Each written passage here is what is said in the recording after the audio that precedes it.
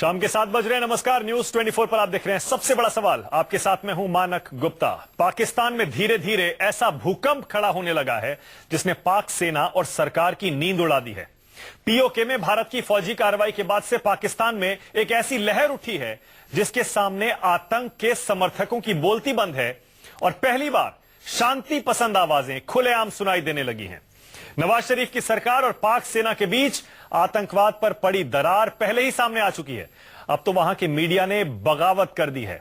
अब तक पाकिस्तानी मीडिया भी अपने यहां फल फूल रहे उन आतंकी आकाओं पर खामोश रहता था जो भारत में हमले कराते थे, लेकिन अब एक एक करके वहां के अखबार खुलकर सामने आ रहे हैं और पूछ रहे हैं कि क्यों उनकी सरकार और सेना हाफिज सईद और मसूद अजहर को पाल रही है।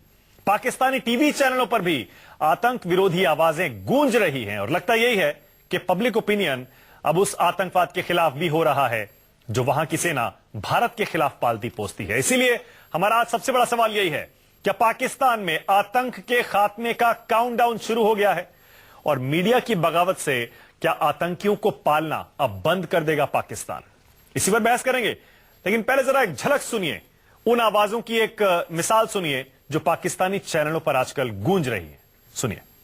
एक बार को आप भी कंफ्यूज हो सकते हैं कि ये आवाजें कहीं इंडियन टीवी चैनलों की तो नहीं है। जी नहीं, ये पाकिस्तानी चैनलों पर गूंज रही आवाजें हैं जो सब यही कह रही हैं कि अब आतंक के उन आकाओं को पालना हमें बंद कर देना चाहिए, हमारी सरकार को और सेना को, क्योंकि इससे पाकिस्तान दुनिया में बिल्कुल अलग थलग पड़ता जा रहा है, उससे हासिल उनके देश को कुछ नहीं हो रहा है। सबसे बड़ा सवाल आज यही है, क्या पब्लिक ओपिनियन और मीडिया में जो आवाजें आ रही हैं उससे अब यह मान लिया जाए कि पाकिस्तान में आतंक के खात्मे का काउंटडाउन शुरू हो गया है? बहस करने के लिए मेरे साथ कराची से, पाकिस्तान से सीनियर जर्नलिस्ट नुसरत अमीन जुड़ रहे हैं।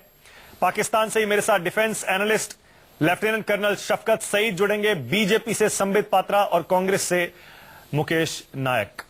संबित, पहले आपका रिएक्शन एक मैं चाहता हूं छोटा सा, नुसरत के पास और मुकेश नायक के पास उसके बाद जाऊंगा। संबित, इसे भी अपनी कामयाबी के तौर पर देखने के बजाय पाकिस्तान में अगर इंडिपेंडेंटली आप एनालाइज करें इस समय जो हो रहा है, वहां की पब्लिक ओपिनियन, मीडिया, वहां के दो अखबार खुलेआम चुनौती दे चुके हैं वहां की सेना को, कैसे देखते हैं संबित आप? क्या अब एक उम्मीद बंधी है कि वहां पर आतंक खत्म होगा? संबित ठीक है। देखिए, सबसे पहली बात तो है कि आज पाकिस्तान में एक ऐसा सेगमेंट है जो अपनी आवाज को बुलंद कर रहा है, वो चाहे कुछ आवाम के लोग हों या चाहे कुछ इंडिपेंडेंट जर्नलिस्ट हों, अखबार हों। देखिए, सर्जिकल स्ट्राइक होने के पश्चात जिस प्रकार से चेंज ऑफ नैरेटिव पाकिस्तान में हुआ है वो हम सबके सामने है। पाकिस्तान आइसोलेट हुआ, not only on the international forum, केवल अंतर्राष्ट्रीय परिप्रेक्ष्य में आइसोलेट हुआ ऐसा नहीं है, इन हाउस आइसोलेशन, घर के अंदर भी पाकिस्तान का आइसोलेशन किस प्रकार हो रहा है हम सिलसिलेवार तरीके से वो देख रहे हैं। सबसे बड़ी बात, डॉन जो कि उनका एक नंबर 1 अखबार के रूप में काउंट होता है, उसमें जिस प्रकार सिरिल अल्मेडिया नामक रिपोर्टर ने पूरा एक न्यूज छापा जो फ्रंटलाइन न्यूज बना कि सर्जिकल स्ट्राइक के पश्चात जो आर्मी डिस्पेंसेशन है और नवाज शरीफ, इन दोनों के बीच झड़ गई है, ठन गई है और कहीं ना कहीं दोनों एक दूसरे को एक आंख नहीं भा रहे हैं। पूरी कहानी वहां से शुरू होती है और उसके बाद एक न्यूज यह भी आया कि आईएसआई के जो चीफ है उनको भी बदलने की बात हो रही है, क्योंकि आईएसआई के चीफ के आंख मूंद के सो रहे थे कि ऐसी सर्जिकल स्ट्राइक भी हो गई और इतने लोग हताहत हो गए, जो उनके आतंकवादी थे, वो स्पॉन्सर्ड आतंकवादी थे, वो मारे भी गए। तीसरी बात जो आज उठ के आ रहा है कि सिरिल अल्मेडिया को जिस प्रकार रिस्ट्रेन करने की, उनके खिलाफ एक लुकआउट नोटिस जारी करके उनको देश से बाहर नहीं जाने देने की जो कवायद हुई है, उसके बाद पूरी तरह से पाकिस्तान मीडिया अब लामबंद हो गया है। आज द नेशन कोई छोटा अखबार नहीं है, द नेशन एक बहुत जाना माना अखबार है, उसका जो एडिटोरियल छापा है वो एडिटोरियल लेके मैं बैठा हूं, how to lose friends and alienate people. मतलब आप उसके हेडिंग में ही देखिए कि किस प्रकार पाकिस्तान धीरे धीरे आइसोलेट हो रहा है, ये द नेशन ही कहती है। और उसमें बहुत तीखे सवाल पूछे गए हैं कि आखिर इस हाफिज सईद को, इस मसूद अजहर को पाकिस्तान क्यों पाल रही है। और मजे की बात है कि आप देखिए, मीडिया से पहले कुछ पॉलिटिकल लोग भी, राणा मोहम्मद आप याद करिए, राणा मोहम्मद तो लॉ मेकर हैं खुद रूलिंग पार्टी के, उन्होंने पार्लियामेंट में खड़े होकर उन्होंने खुद नवाज शरीफ से पूछा, और जो शब्द थे वो मैं शब्द रिपीट करता हूं कि आखिर ये हाफिज सईद कौन से अंडे देता है जो हाफिज सईद को यहां पाल के रखने की आवश्यकता है। तो एक यूनानिमिटी, एक यूनिफॉर्म वॉइस है कि पाकिस्तान आतंकवाद को सपोर्ट कर रहा है। अब लोग पूछ रहे हैं पाकिस्तान के अंदर से कि आखिरकार पाकिस्तान आतंकवाद को क्यों सपोर्ट कर रहा है, बिल्कुल सही है, कारण खुद पाकिस्तान के आवाम को सफर करना पड़ बिल्कुल सही है। नुसरत अमीन, मुकेश जी आपके पास एक सेकंड में आ रहा हूं। नुसरत भाई जरा ये बताइए, देखिए पाकिस्तान में से, मीडिया में से जो आवाजें उठ रही हैं, या रूलिंग पार्टी में से, पॉलिटिक्स में से भी जो आवाजें उठ रही हैं जो दहशतगर्दी के खिलाफ हैं और पीस के फेवर में हैं, यहां इंडिया में उसका बहुत बहुत स्वागत हो रहा है।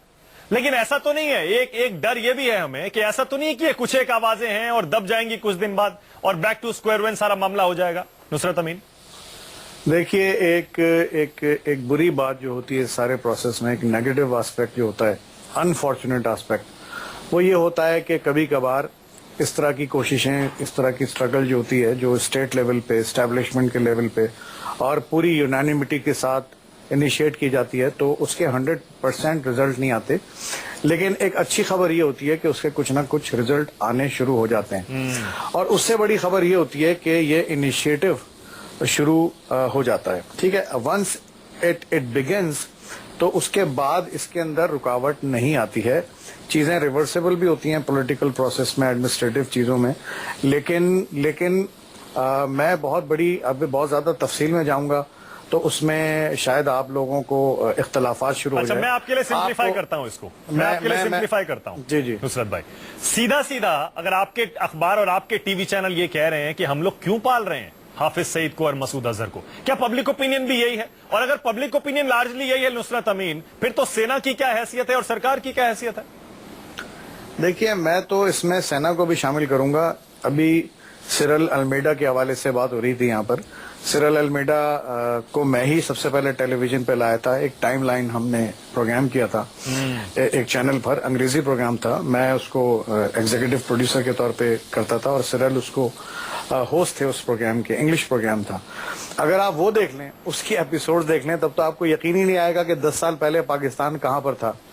और आपको बहुत सारी चीजें आपको नहीं पता है, आपको ये सारी चीजें नहीं लग रही हैं मानक जी, आप यकीन कीजिए ये नई नहीं है। हाँ, ये हो सकता है कि ये वो आवाजें हैं जो कुछ आवाजों में जिनका दौरानिया बहुत थोड़ा होता है, उन आवाजों में ये आवाज पीछे चली गई थी। काम करते हैं, लेकिन तभी नहीं, मुझे पता है आप सही कह रहे हैं, टेररिज्म के खिलाफ पाकिस्तान में आवाज उठना नई बात नहीं है, लेकिन गुड टेररिस्ट बैड टेररिस्ट का गेम छोड़कर इंडिया के खिलाफ जो टेररिस्ट हमला करते हैं उनको टारगेट करना नई बात है। हाफिज सईद, मसूद अजहर के खिलाफ हमने अब से पहले कभी आवाजें नहीं सुनी थी। देखिए, हाफिज सईद और मसूद अजहर के खिलाफ आपने आवाजें शायद ना सुनी हो, तो इसमें इशू हमारा नहीं है, इसमें इशू आपका है, नंबर 1। नंबर 2 ये कि आप यकीन करें कि जितना नाम इंडियन टेलीविजन पे लिया जाता है, आप यकीन करें यहाँ तो शायद कान तरस जाते हो, इनके चाहने वाले भी इनका नाम सुनने के लिए तरस जाते हो पाकिस्तानी मीडिया पर और पाकिस्तानी टेलीविजन, न्यूज टेलीविजन के ऊपर। नंबर 1।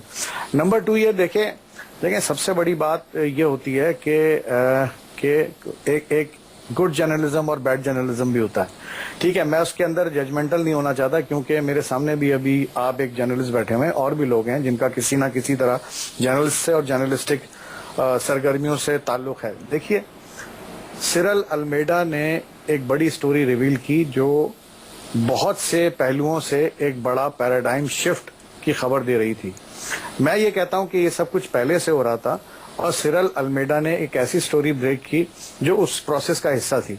लेकिन मैं I would reluctantly express my reservations कि इतना बड़ा काम होने जा रहा है तो ये रिपोर्टर का फर्ज है कि आउट ऑफ एक्साइटमेंट उसको ब्रेक ना करे। ऐसी खबरें ब्रेक करने से मामला खराब हो जाता है। ऐसी खबरें फौरी तौर पर मैंने लॉ एंड ऑर्डर रिपोर्टिंग की, मेरी बात सुन ले। मैं समझ गया, आप तो दूसरे, उन्होंने ऑर्डर रिपोर्टिंग की, मेरी बात सुन ले। मैं समझ गया, आप तो दूसरे, आप तो देखिए, आप तो दूसरे डायरेक्शन में जा रहे हैं। मैं तो सोच रहा था कि आप भी ये कहेंगे अच्छा है कि हमारे यहाँ अगर इस तरह की आवाजें उठ रही हैं, मुझे लगा आप भी वेलकम करेंगे। आप तो बेचारे उस रिपोर्टर के पीछे पड़ गए, नहीं, अंदर की खबर निकाल के दी कि आपकी सरकार ने मिलिट्री को अल्टीमेटम दिया है कि दुनिया में हम आइसोलेट हो रहे हैं और इंडिया के खिलाफ जो टेरर आप कर रहे हैं उसे बंद कर दीजिए। नहीं, होशियार हो या ना हो, एक्शन को थोड़ा सा डिले जरूर किया है। इस खबर की वजह से, और उन लोगों को होशियार जरूर कर दिया इस खबर ने जिनके खिलाफ ये एक्शन होना था। मैंने 3 साल लॉ एंड ऑर्डर और क्राइम रिपोर्टिंग की है, उसमें पॉलिटिकल टेररिज्म शामिल था। लेकिन चलिए कोई बात नहीं नुसरत भाई, चलिए कोई बात नहीं, ये अलग बहस है, क्योंकि अगर पाकिस्तान में खुलेआम ये लोग घूम रहे हैं और वहां की मिलिट्री इतनी पावरफुल है तो फिर बच के कहां जाएंगे? एक्शन होना होगा। अगर विल होगी एक्शन लेने की तो उनको कोई बचा नहीं सकता है। मुकेश नायक, एक बात बताइए मुकेश नायक, अब जबकि पाकिस्तान के मीडिया में हम देख रहे हैं एक आवाज उड़ रही है, बिल्कुल एक आवाज में ये हो रहा है कि टेरर के खिलाफ हमको एक स्टैंड लेना चाहिए, बताइए हमारे यहाँ एक आवाज क्यों नहीं हो पा रही है मुकेश नायक? टेररिज्म पर, सर्जिकल स्ट्राइक पर, आतंकवाद के खिलाफ पाकिस्तान को लेकर। ये पाकिस्तान में उठने वाली ये स्वर बहुत दिलचस्प है। पाकिस्तान की सबसे बड़ी समस्या मानक जी ये है कि पाकिस्तान के अंदर या पाकिस्तान के बाहर कोई भी वैचारिक मंतव्य जब पाकिस्तान को आईना दिखाता है तो उसमें अपने आप को देखने की बजाय, समझने की बजाय ये लोग आईना तोड़ने की कोशिश करते हैं। पाकिस्तान की फौज अपना दायित्व निभाने की बजाय हुकूमत करने लगती है और पाकिस्तान के अंदर और पाकिस्तान के बाहर सामाजिक, राजनीतिक और सांस्कृतिक हस्तक्षेप करती है। और इसके कारण वो सबसे पहले पिछले 4 दशक से उनके देश में जो धार्मिक नेता हैं, जो कट्टरता और आतंकवाद की खेती कर रहे हैं, वो उनको अपना औजार बनाती है फौज। और इसके कारण पूरी दुनिया में न वहां कोई खिलाड़ी खेलने जाता है, न दुनिया में कोई विद्यार्थी वहां पढ़ने जाता है, न कोई रचना धर्मी पाकिस्तान में जाता है। पूरी दुनिया में पाकिस्तान बिल्कुल अलग थलग पड़ गया है, लेकिन इस सत्य को कोई स्वीकार करने तैयार नहीं है। आपने भारत की बात कही, मानक जी, भारत में कोई अलग स्वर नहीं है। जब भी देश की बात आती है, भारत में सभी राजनीतिक दल, सभी नेता, सभी सामाजिक सांस्कृतिक संगठन एक स्वर में, एक प्लेटफॉर्म पर आते हैं। मैं ये कहना चाहता हूं, ये कोई भारत पाकिस्तान नहीं है कि जिसमें बोलने की आजादी नहीं है या उदारवादी विचार प्रकट करने की आजादी नहीं है। भारत में अपनी विचार बहने की प्रक्रिया है और यही इसकी समृद्ध विविधता है जो पूरी दुनिया से भारत को एक अनोखा देश बनाती है। मुकेश जी, अगर बीजेपी ये कहे, सरकार ये कहे कि देखिए हमने एक सर्जिकल स्ट्राइक किया और पाकिस्तान में जो पीस लॉबी है वो एकदम से पावरफुल हो गई, अगर इसको भी अपनी कामयाबी की तरह सरकार देखे तो, पेश करे तो? ये बहुत बड़ी कामयाबी है। अगर हमारी एक सर्जिकल स्ट्राइक हुई है तो उसकी क्रेडिट सरकार को भी जाती है, उसकी क्रेडिट फौज को भी जाती है। और ये सबसे बड़ी बात है कि सर्जिकल स्ट्राइक ने अगर पाकिस्तान में मानवतावादी किसी विचार को जन्म दिया है, उदारता को जन्म दिया है, अभिव्यक्ति की आजादी को जन्म दिया है और स्वयं को आईने में देखने का एक मार्ग प्रशस्त किया है, तो ये अपने आप में ये बहुत बड़ी बात है। अच्छा, एक छोटा सा सवाल और छोटा सा जवाब चाहूंगा। मुकेश जी, आपको लग रहा है ये ऐसे ही गिनी चुनी आवाजें हैं जो शांत हो जाएंगी, या आपको लग रहा है बदलाव पाकिस्तान में आने वाला है? देखिए, मुझे कम उम्मीद है कि पाकिस्तान में बदलाव आएगा। उसका कारण यह है कि पाकिस्तान में सबसे शक्तिशाली है धार्मिक नेता। 3-4 वहां पर जो है पावर सेंटर है, उसमें उनकी खुफिया एजेंसी, उनकी फौज, वहां के धार्मिक नेता। वो ठीक है, वो ठीक है मुकेश जी, वो बिल्कुल सही कह रहे हैं। बहुत कॉम्प्लेक्स स्ट्रक्चर है पाकिस्तान में, लेकिन हम तो ये पूछ रहे हैं कि अगर पब्लिक ओपिनियन और मीडिया बगावत कर दे। मैं ये कहना चाह रहा हूं, देखिए, मैं ये कहना चाह रहा हूं, जिस देश में लोकतंत्र का चौथा स्तंभ ना हो, उस देश में अभिव्यक्ति की आजादी का स्तंभ कैसे सरवाइव करेगा? ये बहुत मुश्किल है। इसलिए पाकिस्तान में कोई भी उदारवादी विचार, कोई भी ऐसा विचार जो ग्लोबल विजन के साथ आए, वहां पनप ही नहीं पाता। इतनी कट्टरता हो, ठीक है, और ठीक है, लेकिन संबित पर इतने ताले लगा दिए गए हैं कि कोई विचार पनप नहीं पाता। ठीक है, लेकिन संबित, आपको भी लग रहा है कि ये कोई बदलाव की का सिग्नल नहीं है, सिर्फ ऐसे ही कुछ आवाजें हैं और पाकिस्तान बिल्कुल वैसे ही हो जाएगा जैसे पहले था? पेशावर के बाद भी बहुत आवाजें उठी थी पाकिस्तान में, पेशावर में जब अटैक हुआ था तब भी हर कोई ये मान रहा था कि अब बस सब कुछ बदलने वाला है, लेकिन इंडिया सेंट्रिक टेरर वैसे ही कंटिन्यू किया। अब क्या लग रहा है आपको? नहीं, देखिए, मैं इसे बहुत बड़े बदलाव के रूप में तो नहीं देखूंगा, मगर मैं इसे एक एविडेंट फ्रिक्शन, अर्थात एक टकराव जो कि अभी एविडेंट है, उस रूप में देखूंगा कि कुछ एक ऐसे हिस्से हैं पाकिस्तान में जो बदलाव चाहते हैं। अब बदलाव होगा कैसे? बदलाव तब होगा कि वो हिस्सा जो बदलाव चाहता है वो ज्यादा पावरफुल होगा बदलाव ना चाहने वालों से, मगर यहां तो उल्टी कहानी है, क्योंकि पूरा कंट्रोल जो है वो आर्मी, आईएसआई और जो आतंकवादी तंजीमें हैं उनके हाथों में है। और स्वाभाविक है, जिसके हाथ में लाठी अर्थात जिसके हाथ में गोला बारूद, जिसके हाथ में बम, वही पावर कंट्रोल करता है। तो इसलिए मुझे लगता है, आपने ये भी देखा होगा कि हाल फिलहाल में कितने जर्नलिस्ट को और कितने progressive writers and thought process रखने वाले लोगों को मौत के घाट भी उतार दी गई। ये प्रोसेस को भी कोई अभी का नहीं है। ये लगातार जिन लोगों ने अपनी आवाज बुलंद करने की कोशिश की पाकिस्तान में और कंजर्वेटिविज्म से अलग उन्होंने आइडियाज को अपनाया, उनको शांत भी कर दिया गया, उनको मार भी दिया गया। ठीक है, नुसरत भाई ये बताइए, क्या पब्लिक ओपिनियन, और ईमानदारी से बताइएगा, पब्लिक ओपिनियन नहीं आपको लग रहा है कि अब रिसेंटली पिछले 10-15 दिन में इंडिया सेंट्रिक टेरर के अगेंस्ट भी हो रहा है? मैंने एक झलक भी सुनवाई थी, मीडिया पे सारी आवाजें यही थी कि हाफिज सईद, मसूद अजहर, इनको ये क्या अंडे दे रहे हैं क्या हमें? देखिए, आर्मी की पॉलिसीज या गवर्नमेंट्स की पॉलिसीज तो ऐसा हो सकता है कि फौरन बदल जाएं किसी भी वजह से, लेकिन पब्लिक ओपिनियन इस तरह नहीं बदलती है। लेकिन पब्लिक ओपिनियन कभी बुरी रही नहीं पाकिस्तान में। मैं आपसे ये रिक्वेस्ट करता हूं, एक दिन मुझसे एक हमारी इंडियन मशहूर एंकर हैं, वो भी बार बार कह रही बुरी नहीं रही है। देखिए नुसरत भाई, बुरी नहीं, हम ये कह रहे हैं इंडिया सेंट्रिक टेरर पर खामोश तो रहते थे ना, चाहे वो डर हो इन एक्सट्रीमिस्ट का, या आर्मी का डर हो, या किसी का भी डर हो, आईएसआई का डर हो। लेकिन अब जो आवाजें हम सुन रहे हैं, ये तो चेंज है ना। देखिए, मैं चेंज को प्रोसेस के तेज होने के हवाले से उसको अट्रीब्यूट करता हूं कि प्रोसेस चेंज हो रहा है, काफी चीजें ओपन होके की जा रही हैं।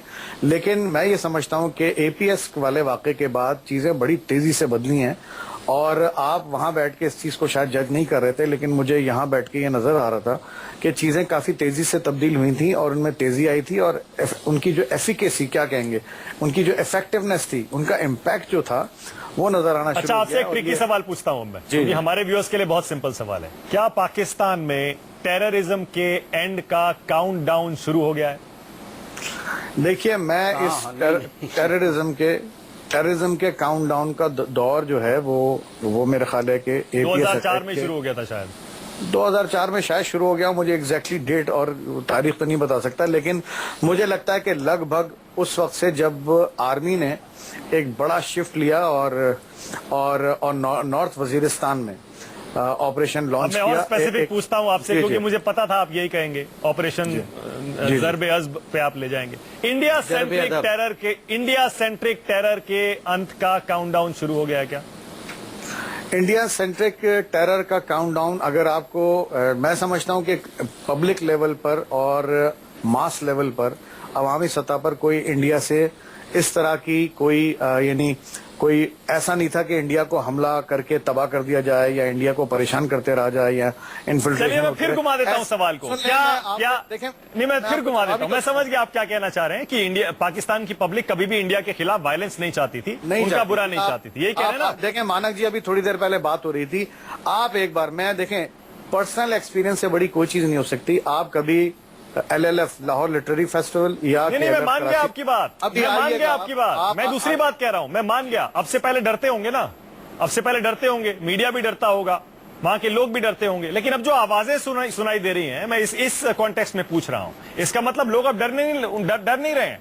उनको ये है कि ठीक है, जितना हमें डर है वो ठीक है, लेकिन आप अगर उसे डर कहते रहेंगे तो मैं उसकी इस तरह मुखालफत नहीं करूंगा, क्योंकि वो एक लंबी बहस शुरू हो जाएगी। लेकिन मैं ये जरूर कहूंगा कि रिपोर्टिंग में हमने एक बात ये सीखी है कि कोई सच जब आप लिख रहे होते हैं तो थोड़ी सी लीगैलिटीज का और कुछ अखलाकियात का ख्याल रखना पड़ता है।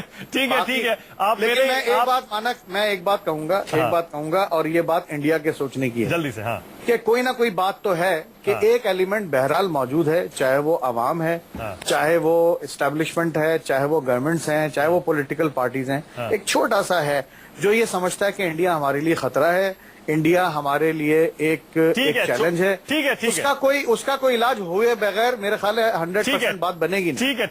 ठीक है। संबित, क्लोजिंग कमेंट, आप कुछ कहना चाह रहे थे? संबित, जल्दी से। देखिए, मैं तो सरकारी दस्तावेजों के साथ बैठा हूं। इन्होंने 2016 फरवरी में एक national assembly standing committee on foreign affairs बनाया था, क्योंकि अभी आपने नुसरत साहब से पूछा तो उन्होंने कहा कोई डायरेक्ट एविडेंस नहीं है कि पाकिस्तान इंडिया को टेररिस्ट एक्सपोर्ट करता है। तो ये जो खुद सरकारी दस्तावेज है, जिसके की अध्यक्ष थे अवैस अहमद लगारी, रूलिंग पार्टी के ही लेजिस्लेटर थे, उन्होंने कहा है Pakistan should not encourage calls for active support of armed band militant groups in Kashmir. ये स्टैंडिंग कमेटी की रिपोर्ट है जो खुद पार्लियामेंट के पटल पे सबमिट किया है आप ही के लॉ मेकर ने।